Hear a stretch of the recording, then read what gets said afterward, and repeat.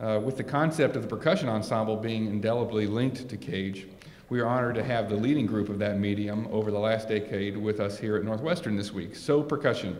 Joining us from So this morning is Adam Sliwinski. Adam is known internationally as a soloist alongside his work with So and other groups such as the Ice Ensemble, and he holds degrees from Oberlin and Yale University. Please welcome Adam Sliwinski.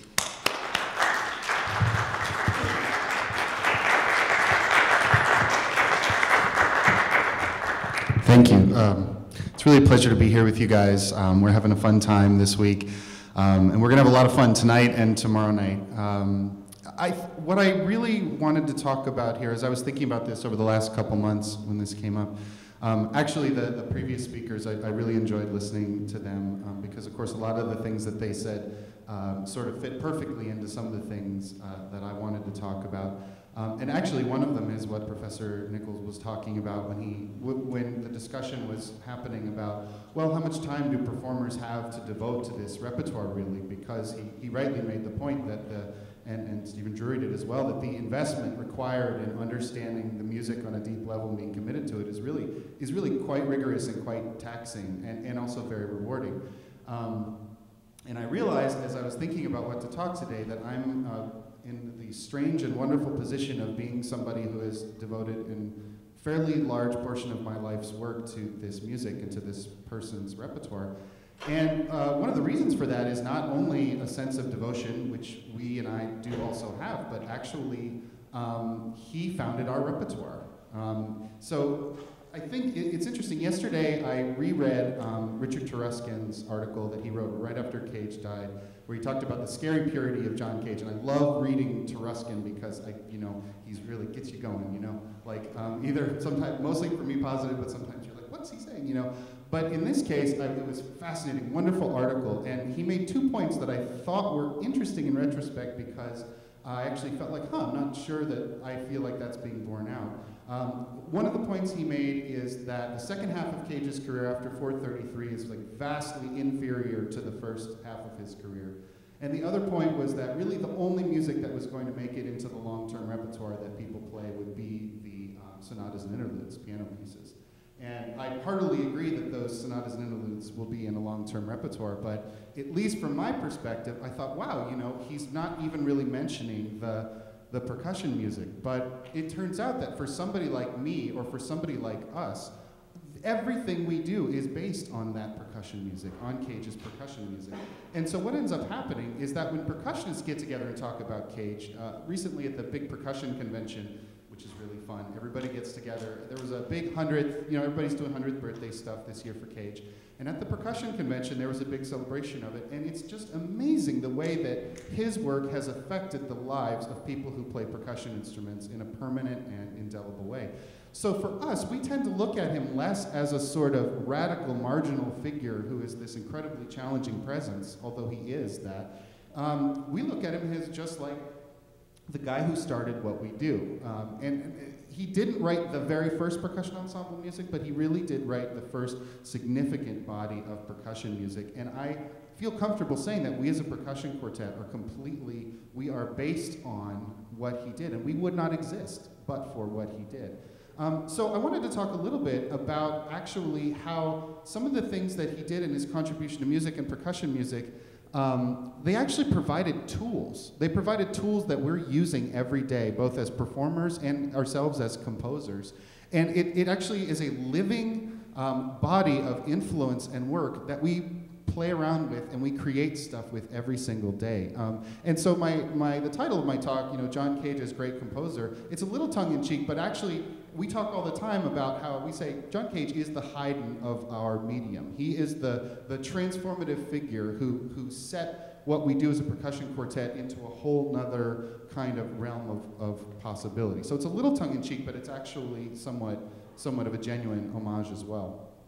And one of the things that happened, one of the things that he did is this focus on all of these different ways of looking at structure and different kinds of parameter in music as possibilities for composition. And it just so happened that percussion becomes the medium for expressing some of those ideas. So I jotted down a few of the ones I was thinking of. One of the big ones is durational structure. the idea of time and duration as the structure for music. And Cage talks about it as like a box or a container. And one of his really radical notions that we're very inspired by is that the box or the container itself is a kind of exoskeleton of structure in which all kinds of other miscellaneous junk can be thrown in. And the miscellaneous junk in our case is all of the noises, all of the sounds that don't fit into a traditional way of thinking about how melody and harmony generate structure in music. And that was revolutionary, and that was kind of a crazy idea to people at the time, but it's actually something you can really work with, and many other experimental composers have done that as well. Through that lens, for us, 433 is endlessly fascinating, not only because of its significance as like a social or theatrical gesture, which it certainly functioned and functions in that way, but because it is the purest and most beautiful expression of this idea of duration as structure. Because in that piece, actually, you have a durational structured piece where the only sounds that are happening are ones that are not directly intended and instructed from the composer to the performer. But lots and lots of sounds are happening inside of that piece of music. And you can blow that out to lots and lots of different kinds of things. So for us, lots of these different pieces that may have these sort of radical either connotation or something about it that seems like it's coming in from the margin and like, what the heck is this? For us, these actually turn into germinal ideas that we use all the time in the stuff that we do. So with the durational thing in mind, and I'm going to talk a little bit as well about the show that we're playing tomorrow night, which is an homage to Cage, but that spreads out in a lot of different directions. We like to spread out in a lot of different directions. But talking about the durational thing, I'm going to play just a minute of a piece that we're playing tomorrow night by a friend of ours named Cenk Ergun, who is a composer originally from Turkey. He's now doing a PhD at Princeton, and he wrote a piece called Use. The instructions in this piece, the program notes for the piece are use friction, use gravity, use pulse, many of these kinds of things. And it's blocked up as a durational piece, and here's a taste of what it sounds like.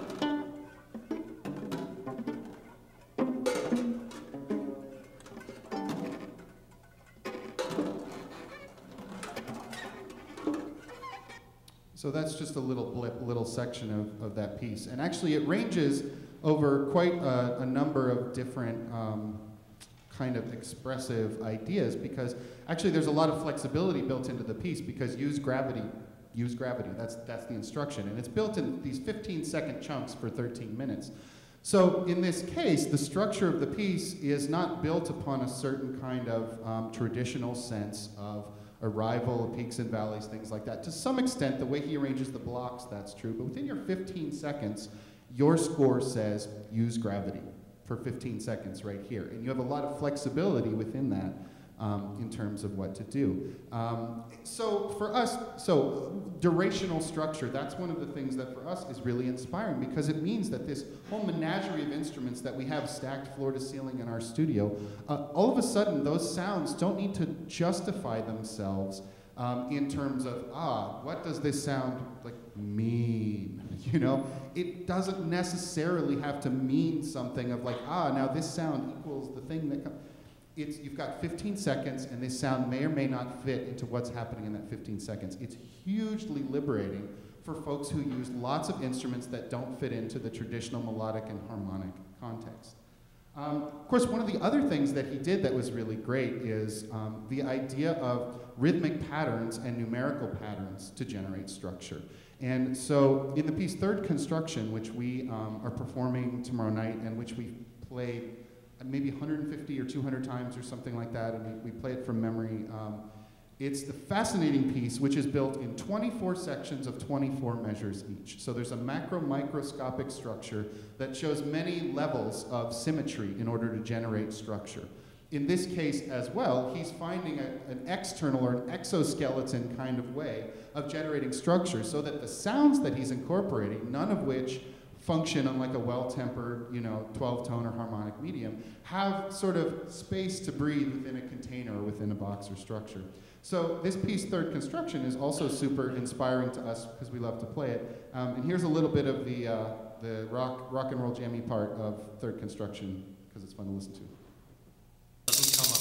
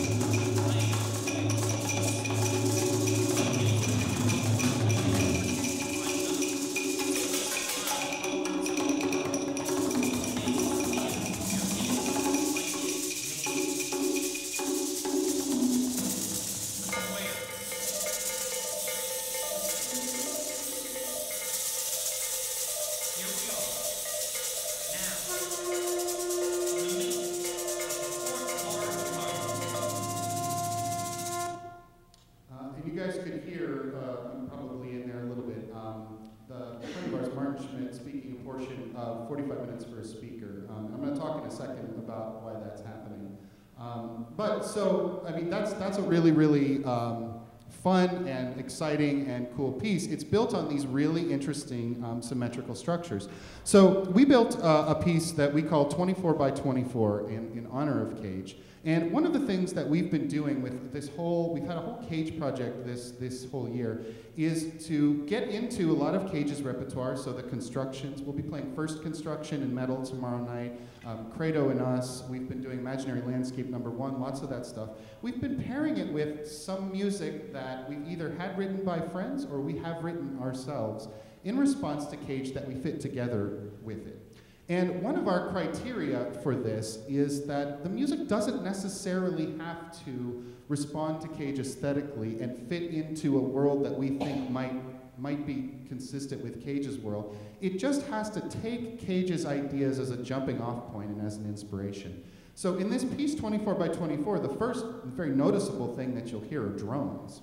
And by all accounts, I don't think Cage was maybe such a big fan of drones. Now, I'm sure whenever you make a statement about Cage, somebody can immediately be like, well, wait, what about this thing? Because he's too big, there's too much.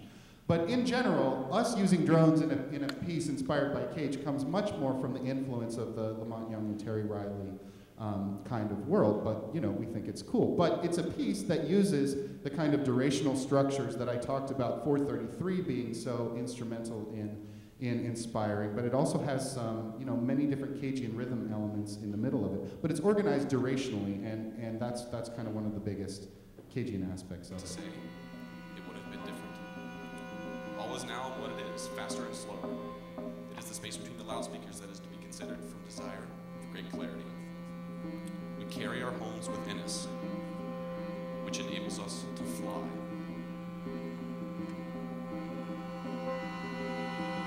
Each moment presents what happens.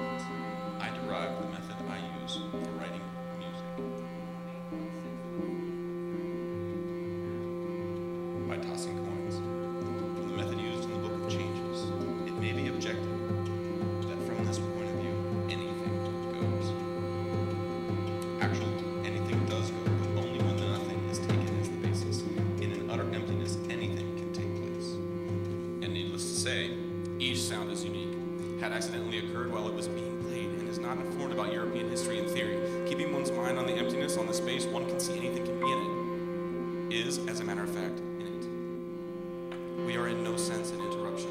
I have noticed I needed a way of something else. This causes some hesitation.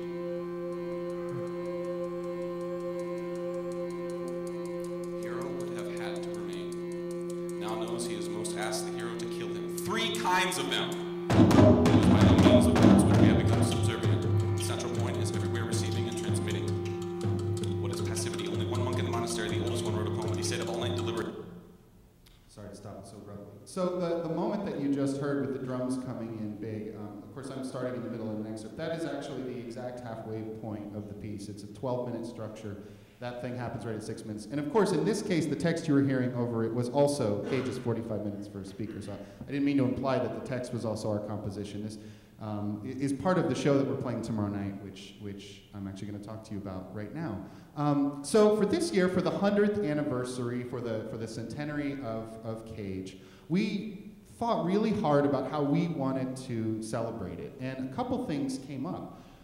One thing is that we never met or worked with John Cage. I was 13 years old when he died. So we don't have the first-hand experience of working with him that we do with composers like Steve Reich or David Lang or Steve Mackey or lots of other folks.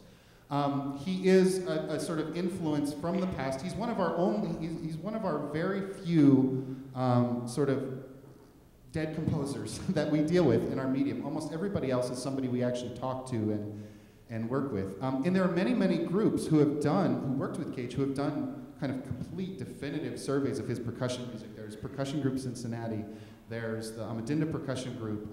Friends of ours from Chicago, Third Coast Percussion, they're younger like us, but they have done a wonderful contribution to the complete Cage that's happening on Mode Records.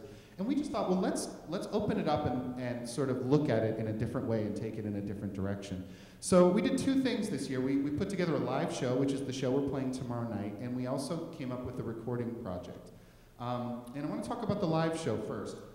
What we did with the live show is we took this idea of durational structure and we blew it up to what we see as sort of its biggest possible realization within a concert, which is that the entire concert is organized as a durational structure. It's exactly 91 minutes long, which is 433 times 20, I think, times 20.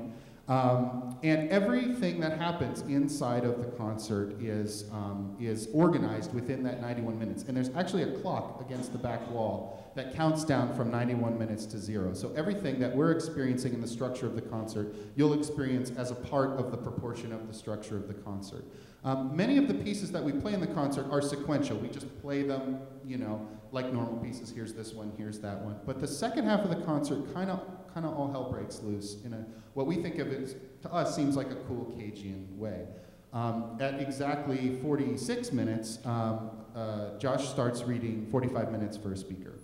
And the entire second half of the concert has 45 minutes for a speaker going throughout it. And sometimes music covers it up, sometimes music is out of the way and lets it happen. And then we have a little section we call 18 minutes and 12 seconds, which is where we layer some different Cage pieces on top of each other. So we have cartridge music, duet for cymbal. Tomorrow night, our friend Tristan Parrish, who's in a group called Loud Objects, will be contributing to that portion. We have 2 Beatles songs that are part of the library here that our friend Gray McMurray has done arrangements of, and those will be happening during that section as well. But 45 minutes for a speaker will be happening over all of that the whole time. So that's why the excerpts that I just played for you guys, many of them have 45 minutes for a speaker over top of them because they're actually recorded from our live performances. So what happens is that this performance actually then is quite open and modular. We've never done this performance with Loud Objects before. We just were like, hey, you want to come along and do it with us? We've done it before with a friend of ours, Dan Deacon, who does electronic music. This group, Matmos, who we work with. Martin Schmidt is a guy from Matmos who's reading over that. We can invite different people into the mix, into the context of doing the 91-minute show. The other thing that we thought would be interesting would be to do a recording project. But one of the strong feelings we have about Cage's music is that it is highly, all music is this way, yes, but it is so different from performance to performance. It is so hard to replicate exactly what happened some other time. And a lot of that is built into the music that he wrote. And so we thought, well, wouldn't it be interesting in this case to actually try to make a recording project that captures that spirit and that fact. So what we did is we called it the Cage Bootlegs Project with our record label. And so what we do is we sell an LP, which is blank, which has no sound on it. It has grooves, so you can play it, but it doesn't have any sound. And the cover of the LP is custom collage art that Jason creates. Every single album that you buy is unique, has been handmade. The art of the cover has been handmade, and we have it's kind of a limited edition thing. So no two of those are the same. And then we have a digital download card inside it, where we have recorded every single Cage concert that we've done over the last year and a half. And we have about 10 or 11 hours now, I think, of performances, interviews, lots of different kinds of things on there that you can actually download online. We thought this would be kind of a cool way to address, like, you ask yourself, as a percussionist, a lot of times you ask yourself the question, what would Cage do? And it's almost impossible to answer that question a lot of the time. But we are very curious, like, what would he do with something like the internet, with this medium that is so huge and so flexible, there's so many different things going on. By no means have we answered that question to our satisfaction, but we think it's interesting to think that you would still purchase a physical artifact, which is unique, and then what you would listen to would not be a mass-produced version of the same thing, which is actually blank, but in fact, you would go and you could download 9 different versions of Third Construction and 6 different versions of Child of Tree. You know, to get into the whole thing is, you have to be pretty hardcore to really want to listen to that much of it. But we thought that would be fun and interesting because to us, the music changes so much every night.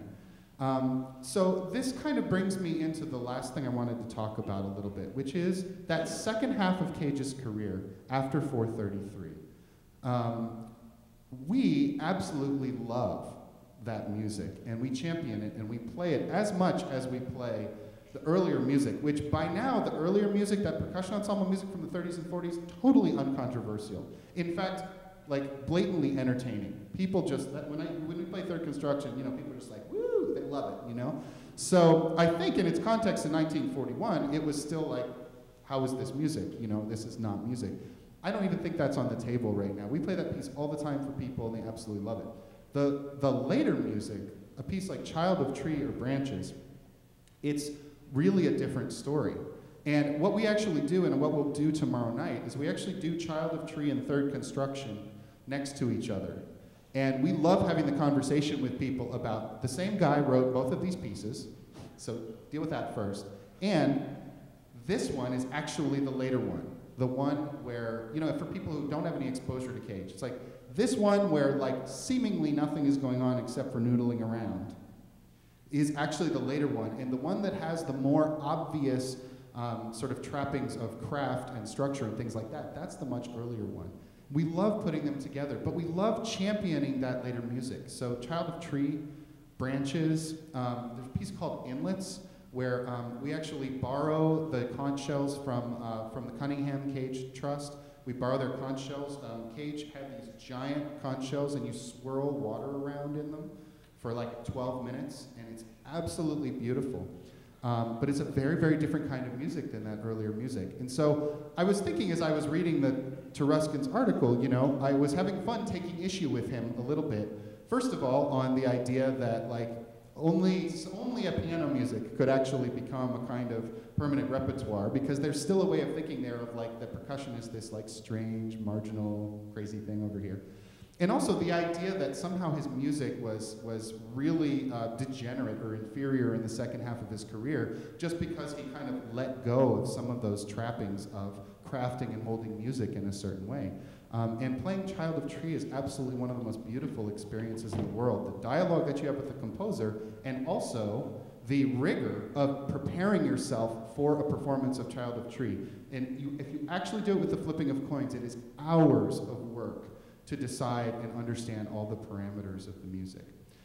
So I hope you guys get a chance to come out and check it out tomorrow night. I'm really excited. We'd definitely love to talk to people afterwards. We've had a lot of fun doing this show and kind of making all these elements collide.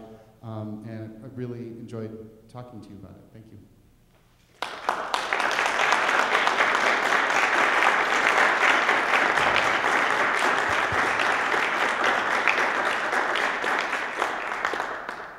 still have a few minutes just for some questions for Adam, so mic is yours.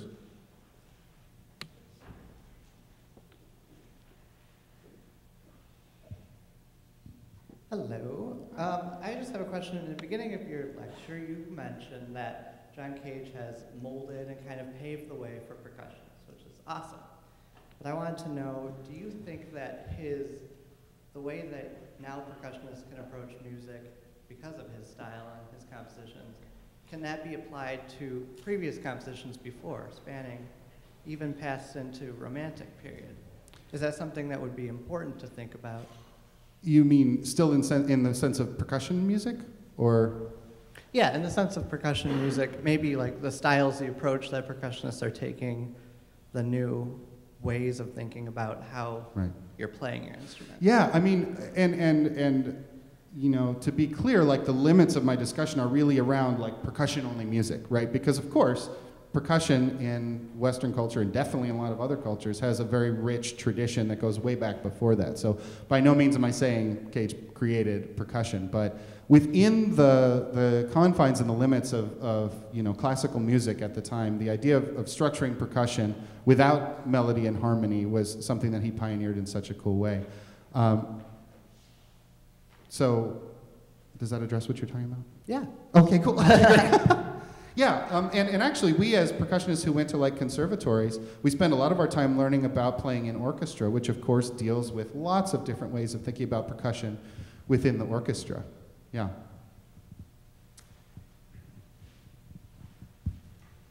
I was wondering how you think about the practice of layering pieces together. I attended a concert here at Northwestern a few years ago, J. Allen Yim, and he layered a couple of his, 2 or 3 of his pieces together. I didn't realize it until the end. There was a program note that these pieces may be played simultaneously. Right. So how do you think of that as a new performance practice? Yeah, well, I think our approach, you know, this gets to the idea of that one of the things we love about Cage is that he was so focused and so, so focused about the way he did these things. I think in many cases we feel the license to be influenced by something he's doing and to work it into what we're doing, but we, I think, feel free at a certain point to take it in our own direction. So, for instance, the thing about layering pieces, I think we're always keeping our ears open. And if we'll often use chance procedures like Cage did to layer some things on top of each other. And if it's such a mess that we're really not enjoying ourselves, we may just try it again. Or we may come up with some new parameters to thin it out a little bit. Or we're really happy to use our taste and our ears throughout. And that's why I was and Cage had amazing ears, but that's why I was saying earlier that by no means do we say, oh, does this fit with exactly what Cage would have done, because we sort of relieve ourselves of that burden. It's more like, what did he teach us about what we could do? Is it possible that Cage's concept of the Muses Circus with the multiple performances? Yeah. And the other thing is, regarding what Stephen said about 2 things that when they come together produce a new idea or can point in the direction of a new idea,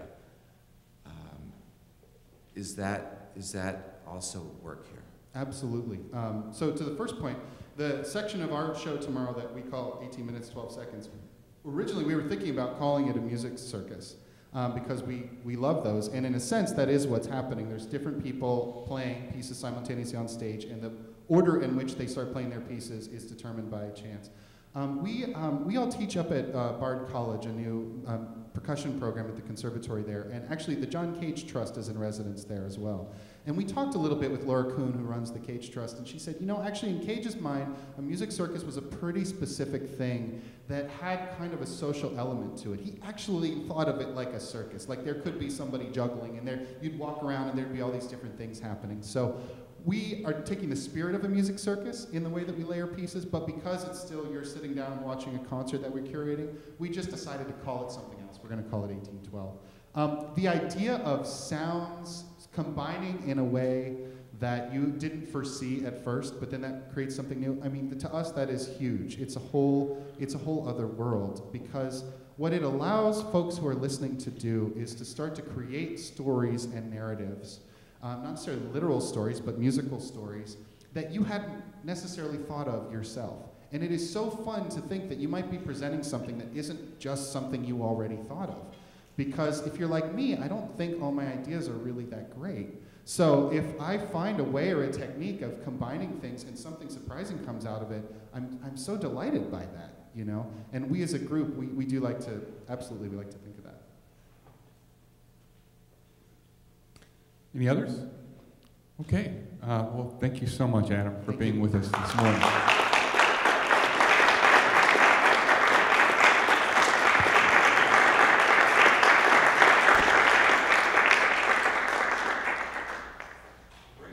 We'll take a lunch break, and just a reminder that we start back up at 2 o'clock, probably before that, I suppose, be here in time.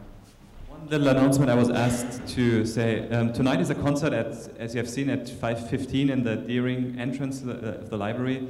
Afterwards, there is a reception hosted by the Northwestern University Library, and you're, of course, all welcome to come to that reception. Thank you. Yes, we always have food. And also, if any of you are social media people, we have a hashtag on Twitter for this whole